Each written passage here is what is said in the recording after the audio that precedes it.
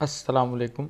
आज इस वीडियो में मैं आपको दिखाऊंगा एक कंप्लीट पॉइंट ऑफ सेल का सिस्टम जो कि मार्ट्स या शॉपिंग मॉल क्लब्स या जो भी हमारी छोटे मोटे बिज़नेस होते हैं यानी कि शॉप्स होती हैं, मार्ट्स होते हैं, उनके लिए हम यूज़ करते हैं। इसके अंदर हमारे पास सबसे पहले आता है मास्टर, जिसमें आता है master group of account, master title of account, master category, item और आइटम रेट रिवाइज्ड। उसके अलावा फ़ोन बुक है, एसएमएस टू कस्टमर होता है अगर हम पोर्टल को कनेक्ट करवाएं साथ में, और डुप्लीकेट आइटम्स देखने के लिए यहाँ पर कुछ बटन बनाए गए हैं डुप्लीकेट आइटम्स के। सबसे पहले हम आते हैं मास्टर ग्रुप ऑफ अकाउंट में।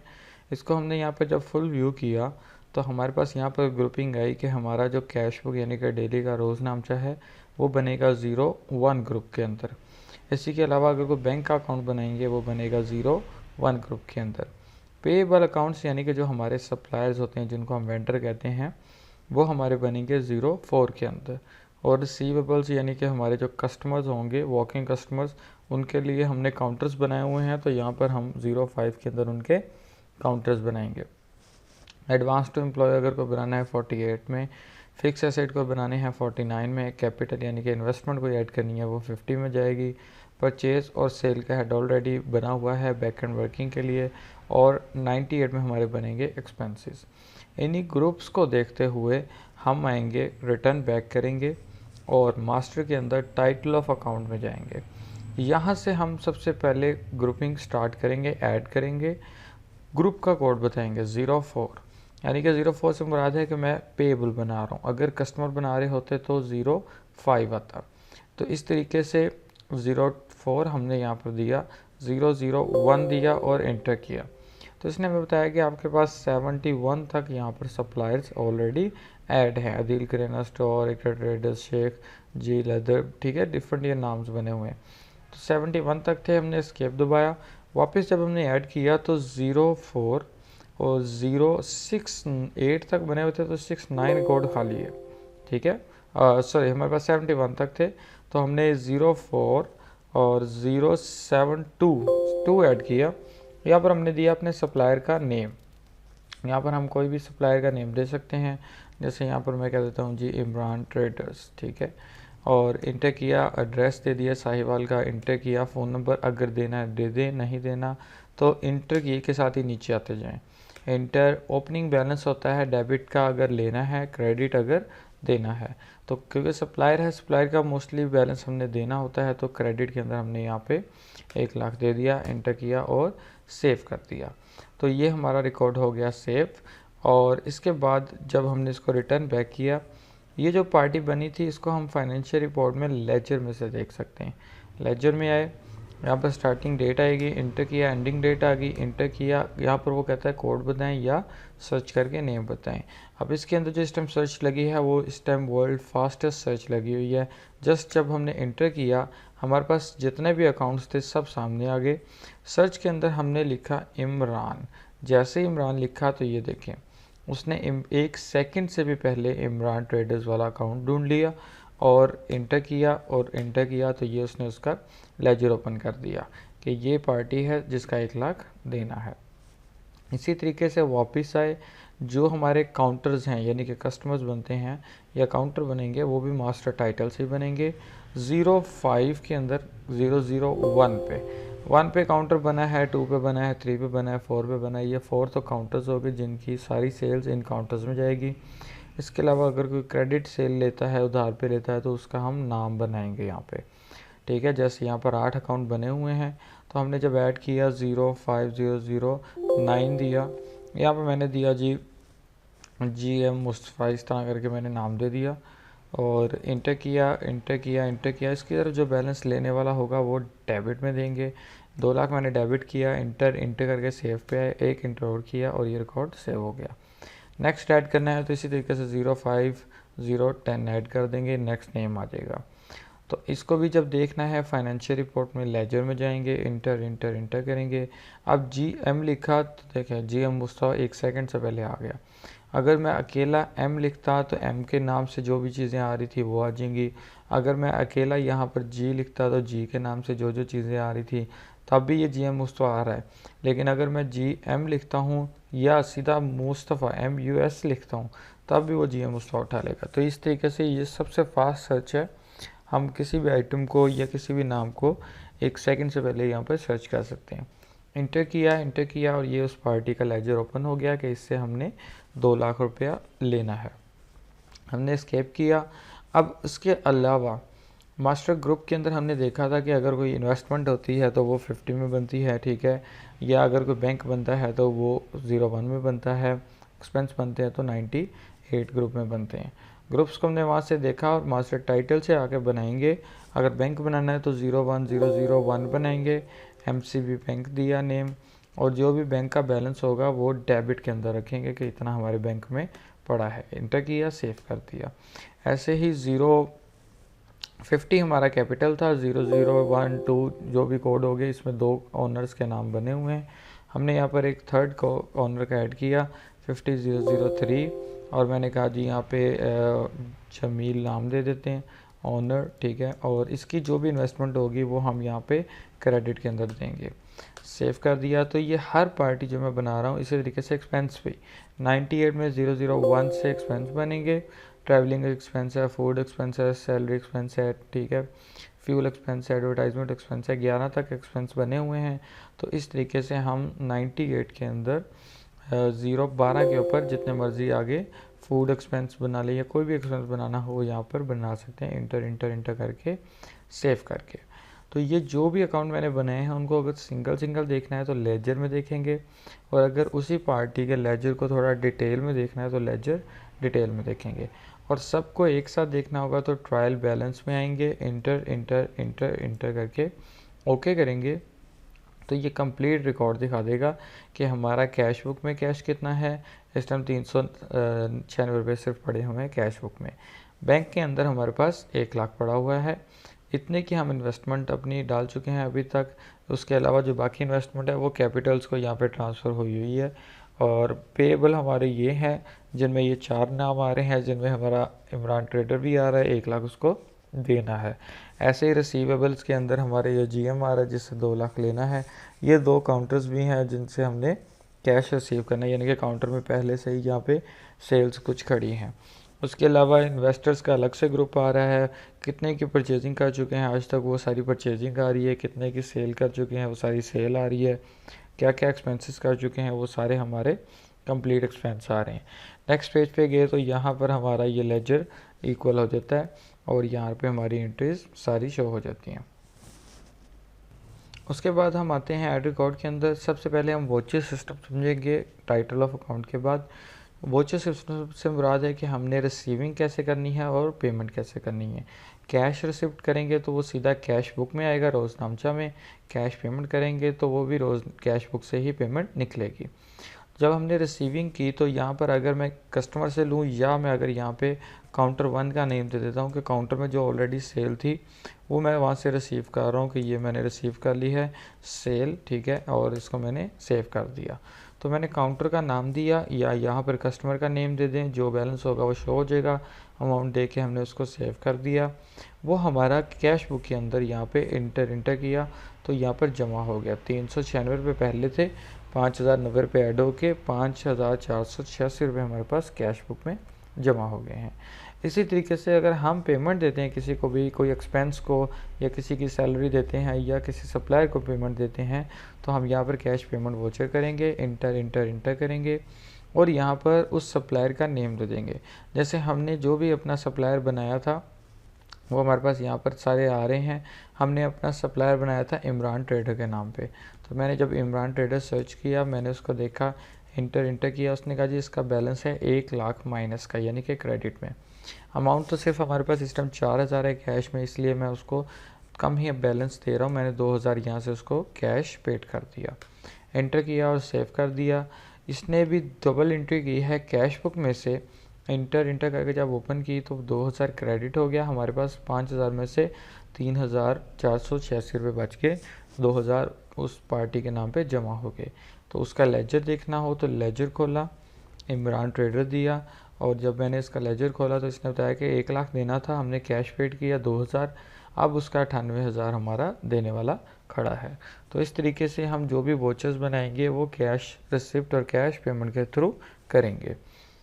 अब उसके बाद हमारे पास आता है परचेज, होलसेल और काउंटर सेल्स। अब इनको करने के लिए हमें आइटम बनानी ज़रूरी है परचेज और सेल के लिए। तो मास्टर में वापस आए, कैटेगरी, आइटम प्रोफाइल, ये दो चीज़ें हमें रिक्वायर्ड होती हैं। सबसे पहले हम कैटेगरी में जाएंगे, फुल व्यू करेंगे। हमारे पास यहाँ पर डिफरेंट कैटेगरीज बनी है, fruit and vegetable, meat, jewellery, cosmetic, hair, dairy, ये सारी हमारे पास डिफरेंट कैटेगरीज हैं। जैसे अगर आप डेयरी की प्रोडक्ट ये ले लें, इसमें हमारा योगर्ट आ जाएगा, मिल्क आ जाएगा, वो सब हमारी इसके आगे आइटम्स हैं। हाउस होल्ड आइटम्स आ जाती हैं, बेवरेजेस में ड्रिंक्स आ जाती हैं, कोक, पेप्सी जो भी है वो सारी बेवरेजेस कैटेगरी में आएंगी। तो ये मेजर कैटेगरीज होती हैं। इसके अंदर हमारे पास 50 कैटेगरीज बनी हुई हैं। हम यहाँ पर कोई अगर नई ऐड करना चाहें तो मास्टर में कैटेगरी में जाके ऐड करेंगे। यहाँ पर कोई भी नई कैटेगरी ऐड कर देते हैं। जैसे मैं यहाँ पे बेकरी आइटम के नाम पे ऐड कर देता हूँ कि ये बेकरी जो भी आइटम्स होंगी वो हम इसके अंदर सेव करेंगे। ठीक है, उसमें केक आ गया, जो भी फ्रूट केक वगैरह आ गया वो बेकरी आइटम्स में आ जाएगा। तो मैंने कैटेगरी बना दी। अब रिटर्न किया, मास्टर में आए, आइटम प्रोफाइल के अंदर आई, यहाँ से हमारी आइटम फर्स्ट टाइम ऐड होगी और फर्स्ट टाइम इसका सारा स्टॉक भी यहीं से ही ऐड होगा। फ़िलहाल जो हमारे पास स्टॉक है, स्टॉक इन हैंड के अंदर, वो यहाँ पर मैं अगर ओपन करूँ तो ये हमारे पास हर कैटेगरी के अंदर कुछ ना कुछ स्टॉक्स रखे हुए हैं।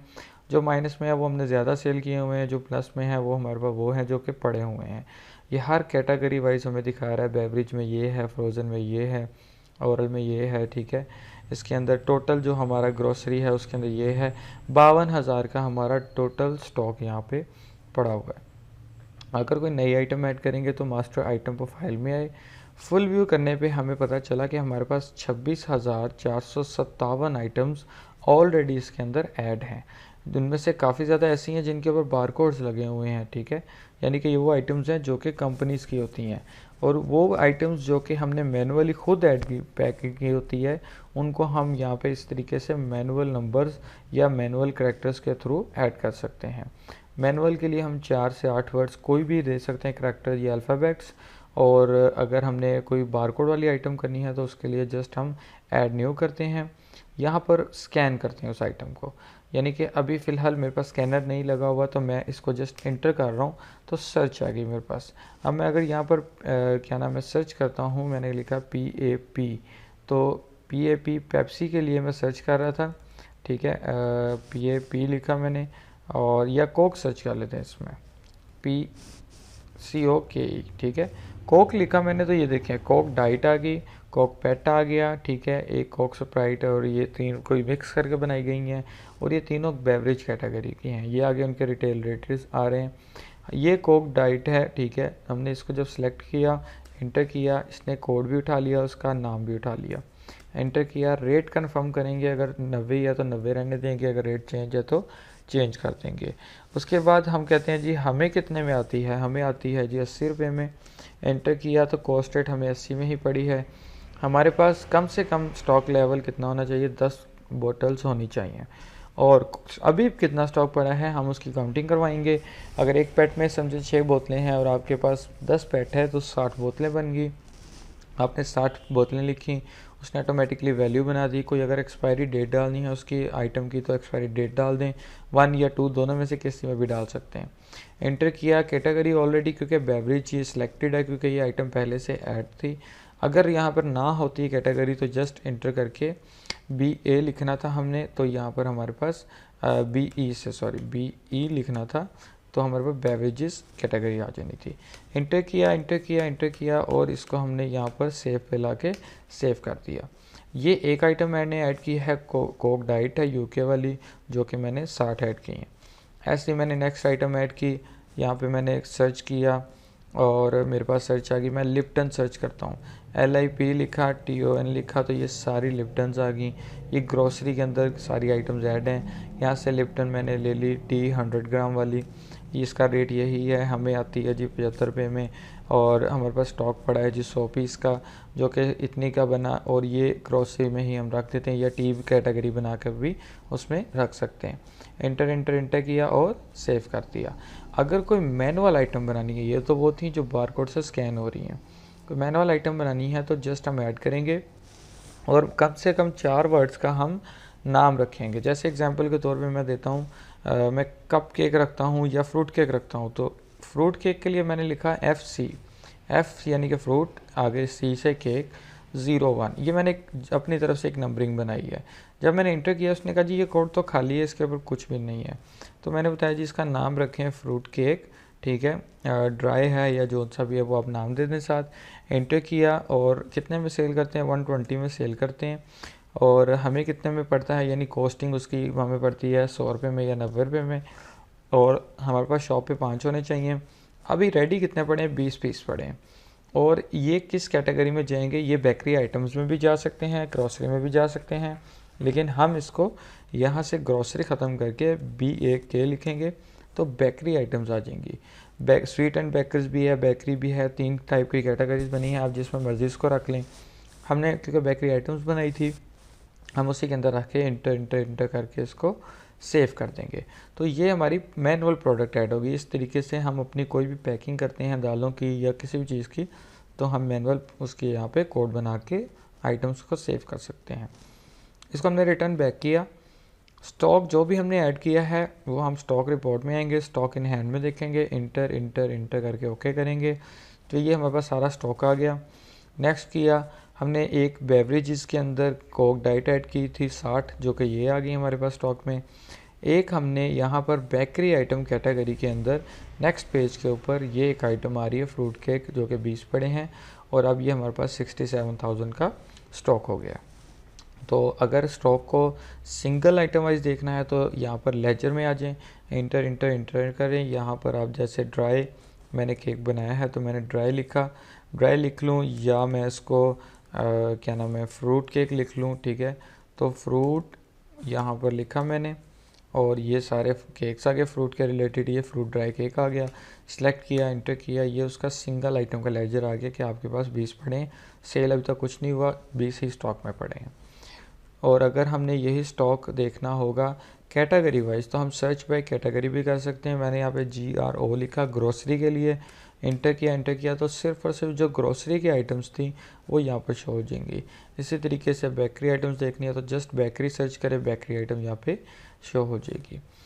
तो यहाँ पर जब हमने आइटम बना ली तो यहाँ पे हमारा मास्टर हो गया complete. Master item rate revise होता है अगर आइटम का रेट चेंज करना हो। जैसे FC01 मैंने आइटम है फ्रूट केक, अगर इसका मैंने रेट 120 की जगह 130 करना है, सेल रेट या परचेज रेट चेंज करना है, ये भी यहाँ पे चेंज करके इंटर करके उसको सेव कर देंगे तो ये आइटम का रेट यहाँ पे चेंज हो जाता है।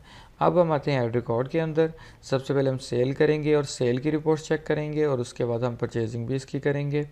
सेल के अंदर आए, काउंटर खोला हमने, ऐड किया, यहाँ पर क्वेश्चन मार्क से सर्च है, यहाँ पे शिफ्ट क्वेश्चन मार्क लगाएंगे तो हमारे पास यहाँ पे सर्च आ जाएगी। अब मैंने यहाँ पे लिखा फ्रूट, तो यह फ्रूट केक लिखा तो फ्रूट केक आ गया ड्राई, इसको मैंने सर्च किया, ये मेरे पास 20 स्टॉक में पड़े हैं, 130 का रेट आ गया जो कि मैंने अभी अपडेट किया था, 5 सेल किए मैंने और मैंने इसको इंटर किया तो ये 650 रुपये का बिल बन गया। इसके अलावा मज़ीद कोई आइटम सेल करनी है, क्वेश्चन मार्क सर्च करें और यहाँ पे आइटम को सर्च कर लें। ये मैं इसलिए सर्च कर रहा हूँ क्योंकि स्कैनर नहीं लगाया हुआ। अगर हमारे पास स्कैनर होगा तो हम जस्ट उस आइटम को बार कोड को स्कैन करेंगे, जैसे कोक है इसके बार कोड को स्कैन करेंगे, कोड आ जाएगा, उसका स्टॉक आ जाएगा, जितने वो सेल करनी है उसकी क्वांटिटी दें, इंटर करें और बिल में हमारा कंप्लीट हो जाएगा। अब इसके अंदर एक क्वेश्चन हो जाता है कि कस्टमर रिटर्न भी कर देता है, वहीं पे ऑन द स्पॉट भी कर सकता है, बाद में आके भी कर सकता है।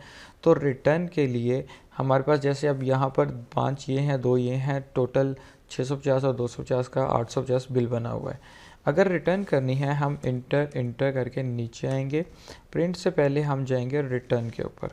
रिटर्न के अंदर जब हम आए तो यहाँ पर हमारे पास ये पूछता है कि आपने ये इसका पासवर्ड यहाँ पर लगा हुआ है।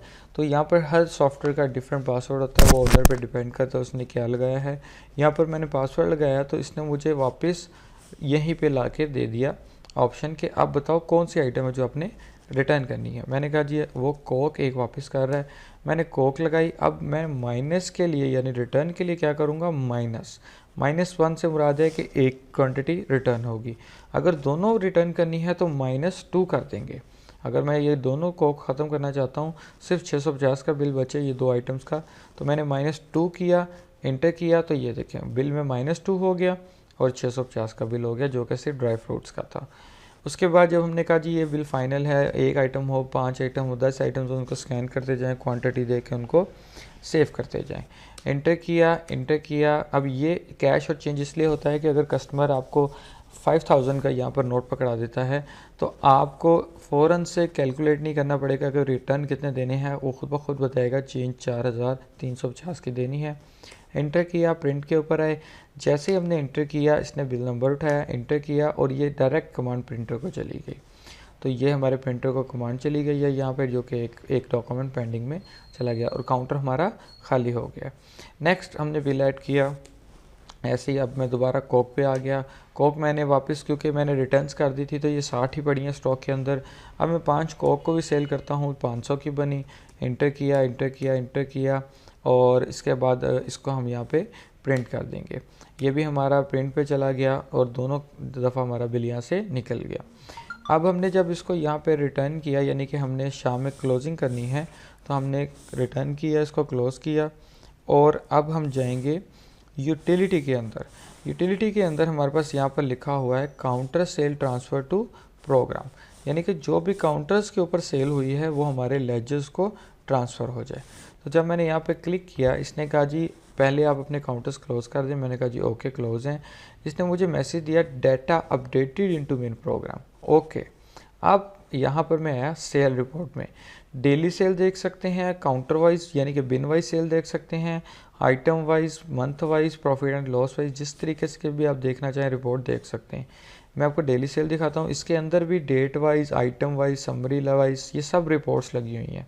मैंने आज की डेट दी 23/10/2021 और इंटर करके जब मैं ओके पे आया तो तब भी मैं इनमें से कोई भी सिलेक्ट करता हूँ तब भी वो रिपोर्ट खुलेगी, अगर मैं ओके करूँगा तब भी ये रिपोर्ट खुलेगा।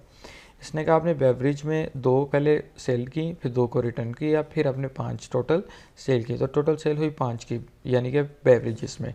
और बेकरी आइटम्स आपने की 650 की, यानी कि टोटल आपका बिल सेल हुई है 1150 की।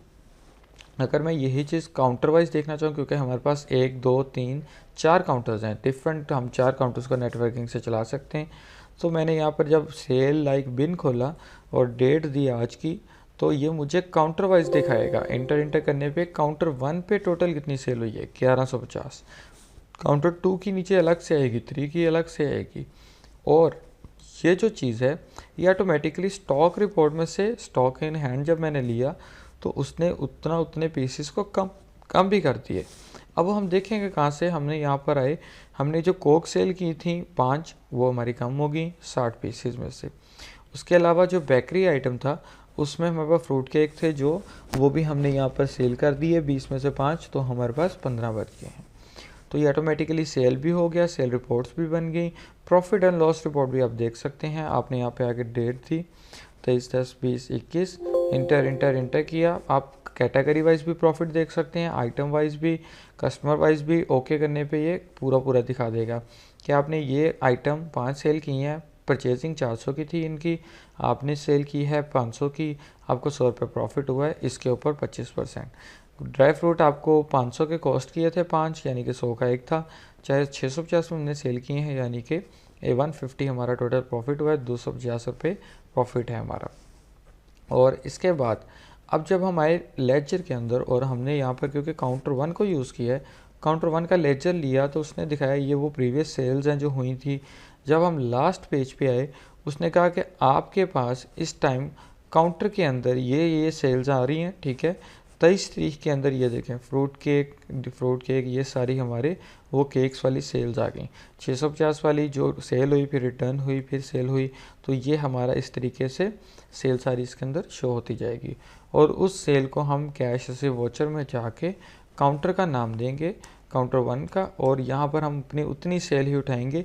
इसमें क्योंकि प्रीवियस रिकॉर्ड भी हमने कुछ रखा हुआ है डाटा वगैरह, तो ये हमारा प्रीवियस बैलेंस भी दिखा रहा है, लेकिन हमारी सेल एग्जैक्ट कितनी होनी चाहिए थी जितनी हमारी काउंटर बिन 1 के ऊपर दिखाई गई थी, यानी कि 23/10/2021।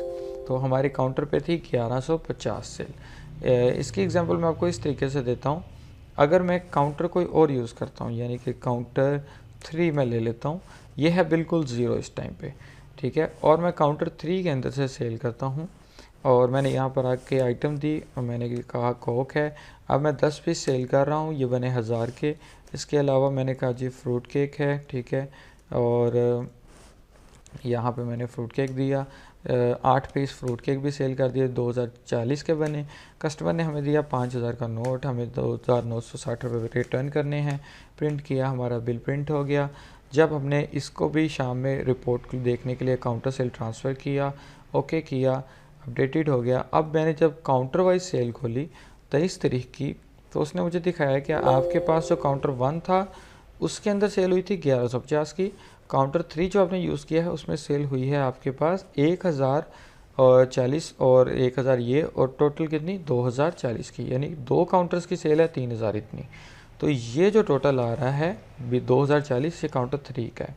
तो अब अगर मैं यहाँ पर काउंटर 3 का लेजर खोलता हूँ तो उसके अंदर भी यहाँ पे COU काउंटर 3, यहाँ पर देखें 2040 ही जमा है, यानी कि वो 2 सेल्स आ रही हैं। ठीक हो गया। तो इसमें से हम ये क्या करेंगे, इसको रिकवर कर लेंगे।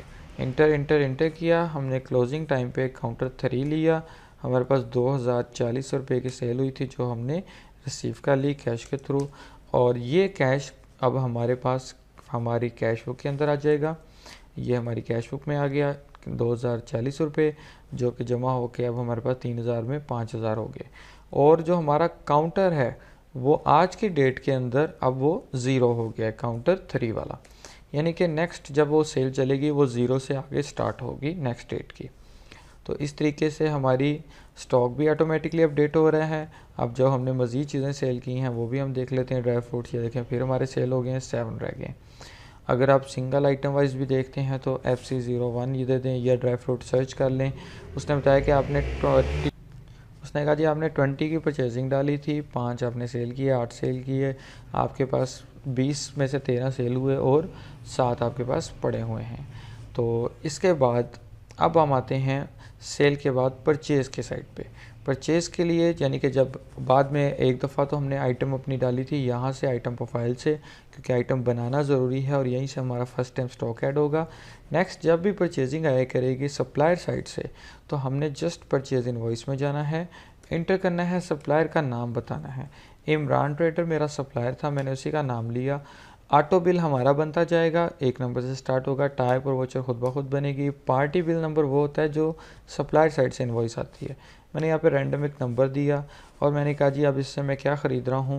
मैंने यहाँ पे कहा जी मैं एक तो इससे कोक ख़रीद रहा हूँ जो मैंने सेल की हैं, ठीक है, वो 10 पीस ख़रीद रहा हूँ, 80 की एक है, 800 की बनी। इंटर इंटर इंटर और सेव, ये 800 का बिल बन गया। मज़ीद मोर एंट्री पे मैंने इंटर किया, मैंने कहा जी इसके अलावा मैं और इससे क्या ख़रीद रहा हूँ, मैं केक भी ख़रीद लेता हूँ। मैंने यहाँ पे फ्रूट केक भी ले लिए, ठीक है, और इसको मैंने 20 पीस ले लिए, 100 का एक था। इंटर इंटर इंटर इंटर किया और सेव कर दिया। तो ये हमारी 2800 का बिल बन गया। मज़ीद एंट्री जितनी मर्ज़ी करते जाएं, ये एंट्री सेव होती जाएगी। रिटर्न किया।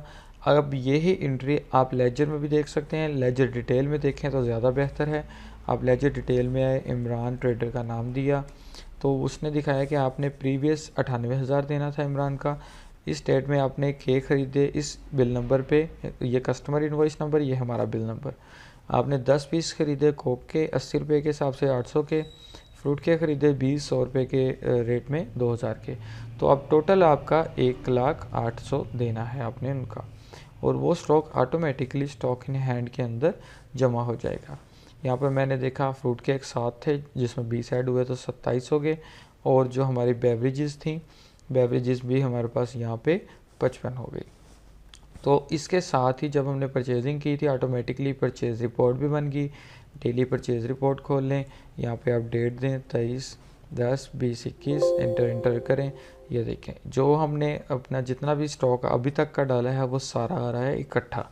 ये था डेली परचेज़। अगर आप कहते हैं मुझे अलग अलग देखना है तो सप्लायर वाइज आप निकाल लें, purchase summary like supplier 23/10/2021, inter inter करें ओपनिंग में यानी कि जो हमने अपने इन्वेस्टमेंट में से डाला था वो यहाँ तक था 14,000 का स्टॉक, और जो हमने 2800 रुपये का ये वाला स्टॉक इमरान से ख़रीदा है वो अलग से शो करवा रहा है। इमरान से बेवरेजेस 800 की, फ्रूट केक 2000 के, 2800 के ख़रीदे। टोटल हमने आज के दिन में 17,100 रुपये का स्टॉक ऐड किया है।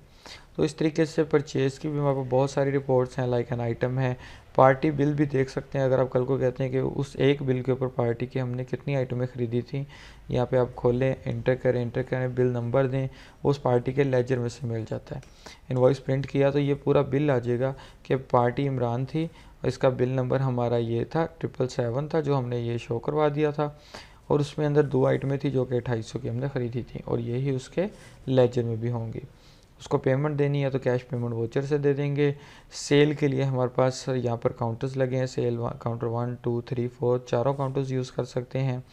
उसके अलावा एडिटिंग कर सकते हैं हम वोचर की, इन्वॉइसेस की, रिटर्न्स कर सकते हैं। रिटर्न इन्वॉइस हैं, रिटर्न परचेज़ की भी होगी, सेल की भी होगी। और उसके अलावा हमारे पास यहाँ पर डेली एक्टिविटी रिपोर्ट आ जाती है, ठीक है।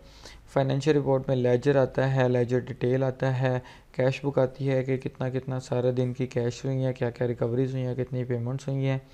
ट्रायल बैलेंस आ जाता है जो कि आपको ओवरऑल बिजनेस एक्टिविटी रिपोर्ट देता है, कितना कैश पड़ा है, कितना बैंक में है, कितना पेबल्स को देने वाला है, कितना रिसीवेबल्स है लेने वाला है। बैलेंस शीट आ जाती है जो कि आपको ओवरऑल पूरा प्रॉफिट एंड लॉस बताती है कि हमने बैंक कैश और बैंक में इतना है, पेबल का 49,000 देना है, रिकवरी में हमारा काउंटर्स वगैरह को कस्टमर्स का मिला के 2,06,000 रिकवर करने वाला है। तो हमारा अभी फ़िलहाल बिज़नेस 1,32,000 प्लस में था, और इंक्लूडिंग हमारा स्टॉक वैल्यू क्या है वो 2 लाख में प्लस में जा रहा है। अगर ये माइनस में होता तो इसका मतलब बिज़नेस की वैल्यू लॉस में जा रही थी।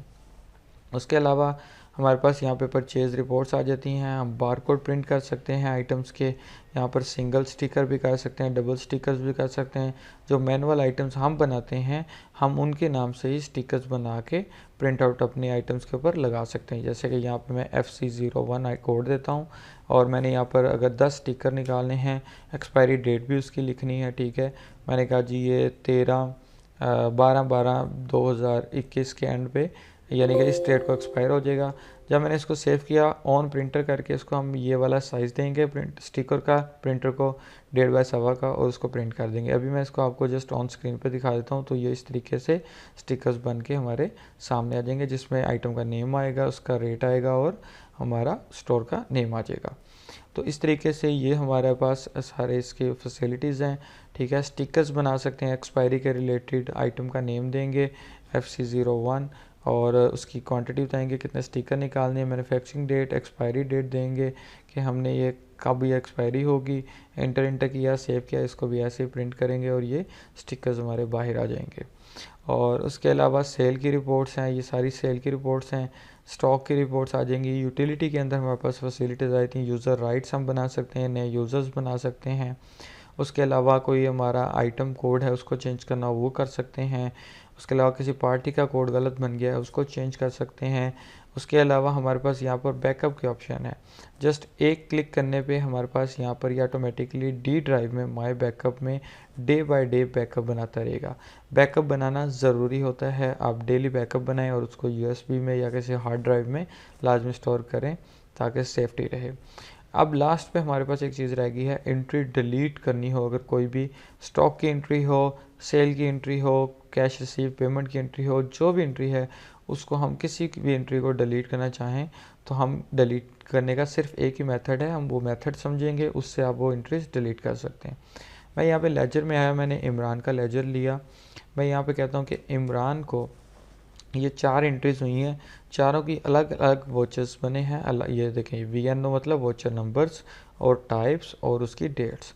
अब मैं यहाँ से कोई भी एंट्री डिलीट कर सकता हूँ। अगर मैं कहता हूँ जो 2000 मैंने उसको दिया था वो यहाँ से भी ख़त्म हो जाए और मेरी कैश बुक से भी ख़त्म हो जाए, और ये 2000 भी निकाल के टोटल जो इसका मैंने देने वाला है 1,00,000 मतलब 2,250 रुपया वो बने इसका यहाँ पे टोटल बैलेंस में, तो मैं ये वाला वोचर डिलीट कर दूंगा। 1C वोचर है, 1 वोचर नंबर, C टाइप है, 23 डेट है। यही एग्जैक्ट वोचर हमारी कैश बुक में भी है। तो यहाँ पर भी मैं देख लेता हूँ, ये देखें 2000 हमारी साइड से क्रेडिट हुआ था, 1C और ये 23 डेट का है।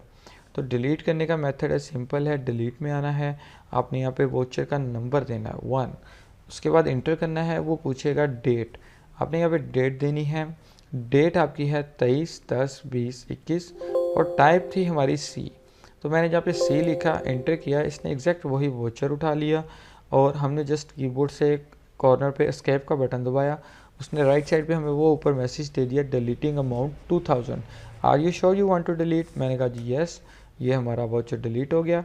यूटिलिटी में री इंडेक्सिंग का वर्ड है, ये रिफ़्रेश कर देता है सारी एंट्रीज़ को जो भी हमने एडिट की हों, तो मैंने यहाँ से एंट्रीज को रिफ़्रेश कर दिया। अब मैं अगर इमरान के लेजर में देख लूँ या अपनी कैश बुक में देख लूँ तो वो 2000 की एंट्री यहाँ से ख़त्म हो गई है।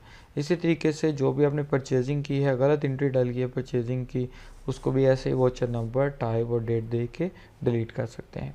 सेम तरीका स्टॉक का है, स्टॉक में भी आप आके यहाँ पे आइटम का लेजर लें और आइटम के ये एक दफ़ा ख़रीदा था, ये 2 दफ़ा सेल किया है, फिर ख़रीदा है, कोई भी एंट्री इनमें से डिलीट करनी है, उनके वोचर नंबर्स, टाइप और डेट आ रही हैं, एंट्री एक एक करके यहाँ से आप डिलीट कर सकते हैं। वोचर नंबर नोट करें, टाइप नोट करें, डेट नोट करें, डिलीट में जाकर उसको डिलीट कर दें, वो एंट्री वहाँ से ख़त्म हो जाएगी। और इसके अलावा कोई भी क्वेश्चन हो तो आप इस नंबर पर भी रब्ता कर सकते हैं, और सिस्टम के अंदर आपको एक और नंबर भी यहाँ पर शो हुआ होगा, तो आप ये दोनों नंबर्स के ऊपर रब्ता कर सकते हैं। ये नंबर भी एक लगा हुआ है और ये दोनों नंबर्स आपको वीडियो के डिस्क्रिप्शन में भी मिल जाएंगे, और अगर कोई और क्वेश्चन हो तो आप इन नंबर्स पे रब्ता कर सकते हैं। शुक्रिया।